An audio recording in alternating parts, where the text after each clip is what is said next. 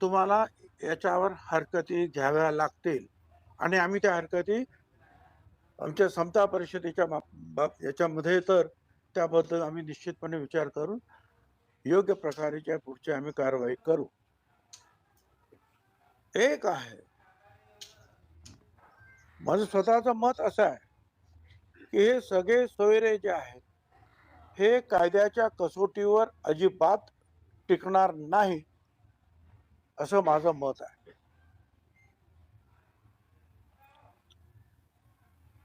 यामध्ये मराठा समाजाला सुद्धा मला त्यांच्या निदर्शनास आणून द्यायचं आहे.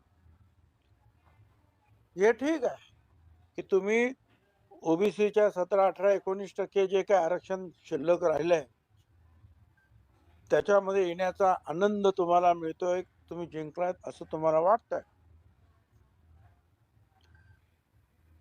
पण तुम्ही दुसरी एक बाजू लक्षात घ्या, या 17% मध्ये आता जवळजवळ 80-85% लोक येतील. म्हणजे शेड्यूल ट्राईब तर वेगळे आहेत, पण हे 54%, तुम्ही 20% जरी म्हटलं तरी ते 75% हे सगळे जे आहे एकाच ठिकाणी येते.